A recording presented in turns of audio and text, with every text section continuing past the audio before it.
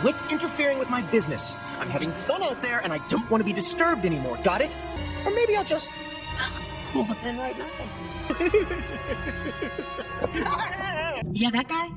Knuckin' Fuzz. Hello, I'm Omnivorous, and have you ever wanted to mine enough salt from your opponents to melt 5 driveways? Want to make people so reluctant to play Commander with you that they see you with any EDH deck and say, nah, I'm good?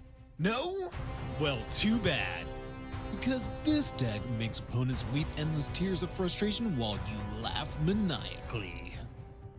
Gerard, Weatherlight Hero, gives us the rare opportunity to capitalize on one of the saltiest archetypes across all of Magic, mass land destruction. Gerard is a 3/3 first strike human soldier for 2 and red and white. When Gerard Weatherlight Hero dies, exile it and return to the battlefield all artifact and creature cards in your graveyard that were put there from the battlefield this turn.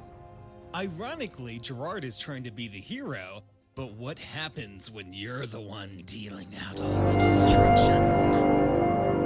Now, there are several ways we can turn this hero into the villain, but Jackalhops has to be hands down the all-star of this deck.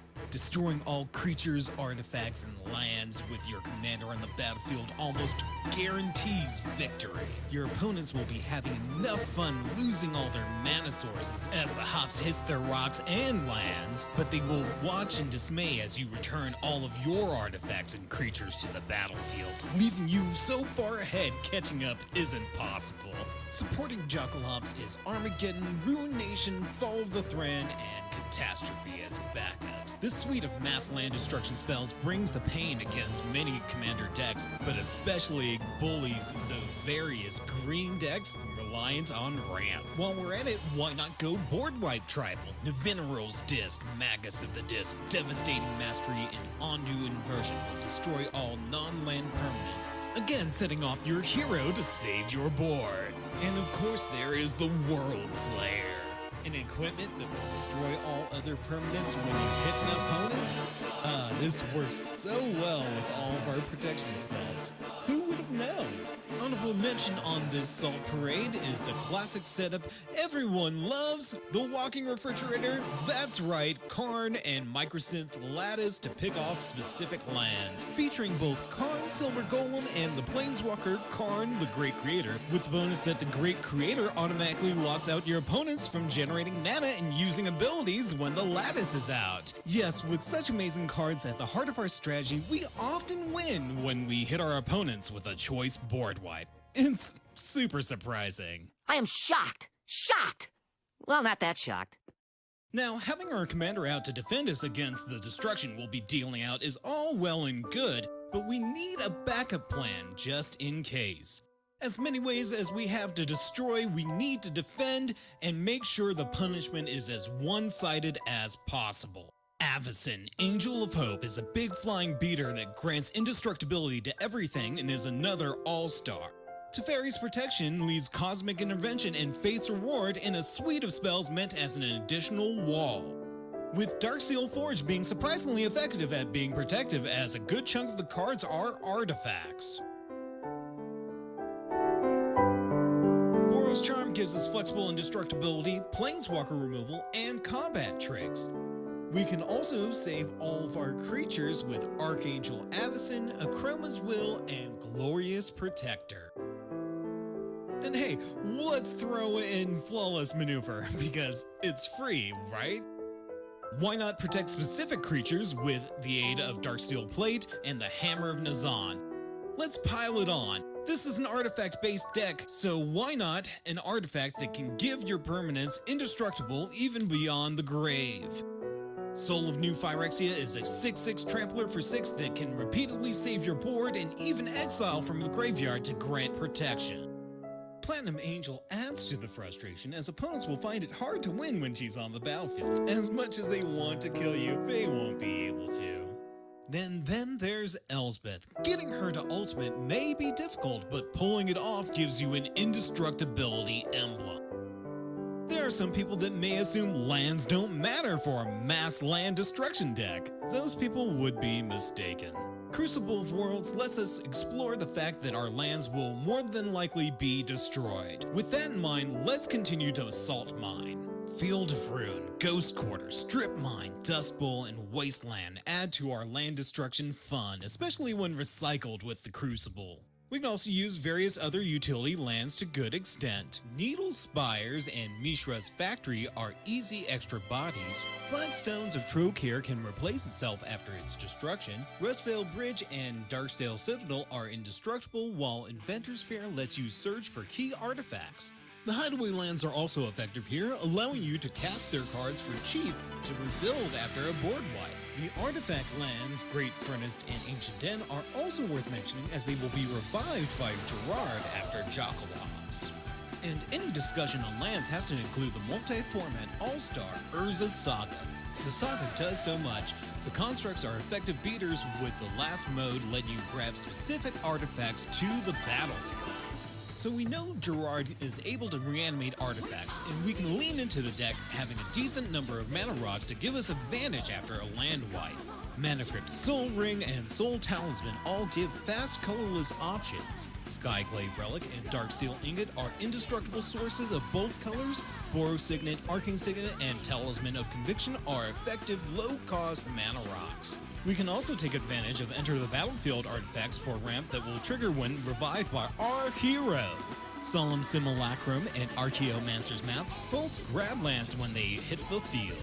Now it's good to note that this isn't a Boros deck. Most Boros decks rely on attacking or burning opponents, and that's obviously isn't what we're doing. Yeah, we attack after we empty all our opponent's boards, but we really aren't your atypical aggressive Boros deck. We are more like the red-white Lorehold playstyle, with emphasis on value generated by playing artifacts and artifact creatures.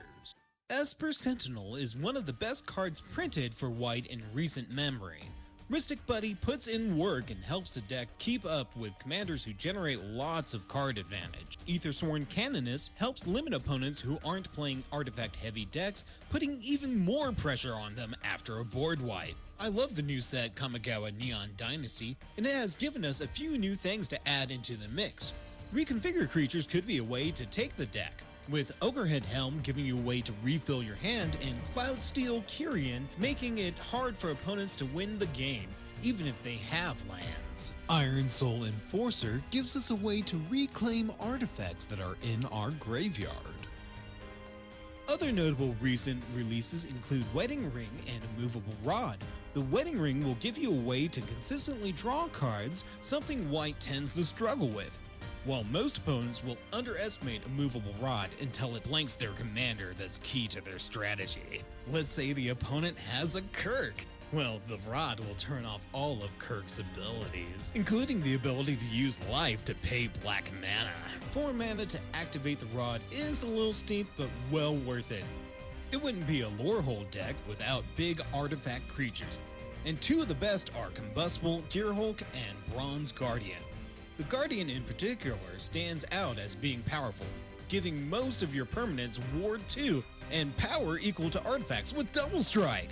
And you've probably seen the Gearhulk around in various other decks. It's another great way to generate card advantage in colors that struggle to draw cards. I spoke about Karn Silver Golem briefly as part of the Mycosynth Lattice Annoyance package, but he is really versatile outside of that too. Being a 4/4 body isn't bad, but turning your mass of artifacts into creatures to attack a defenseless opponent is lots of fun. Oswald Fiddlebender is another nice piece of utility, letting you trade up artifacts, similarly to Birthing Pod, for artifacts that hits most of your creatures as well. Plenty of people are against using Planeswalkers in Commander, and I understand that, but if a Planeswalker fits the deck, I will use it.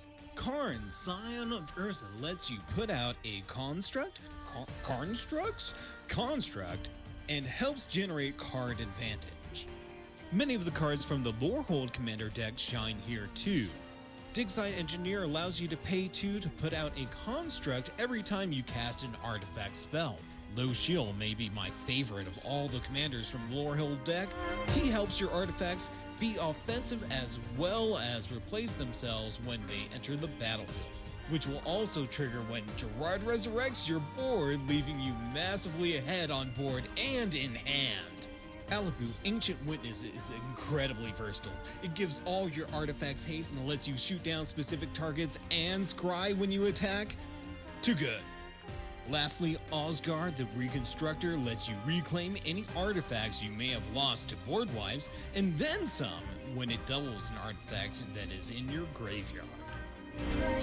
And that's the outline for the deck. The great thing about Commander, it lets you be very customizable. Want more board wipes to keep Salt going for hours? Go for it. There's plenty more to add. Think it could use more stack pieces that will lock them out after a mass land destruction? Sure, add Hokari or Winter Orb. And many of you may have noticed that I have not included a lot of the more expensive mana rocks like any of the Moxen, Grim Monolith, or Mana Crypt. Definitely can go that route with this deck as well. This is just a starting point for you guys to work with. You could even go Voltron and feature the reconfigure creatures, all of which will reanimate as creatures by Gerard. You have many options, but I hope I've given you some nice, salty, spicy ways to start out with. I will include the full deck list in the description, courtesy of MTG Goldfish. Thank you very much for the tools. And with that, I'm gonna sign out. I hope you enjoyed the video. Please like and subscribe and stay here for more nerdy and MTG content. Or hey, check me out on Twitch at The Omnivorous Nerd. I'm playing lots of RPGs. Let me know in the comments what you thought of this deck. Was it salty enough? Could I have made it worse? Or is it that perfect kind of spice just for your Commander playgroup? Hope everyone enjoys the deck, stay hungry, and thanks for watching!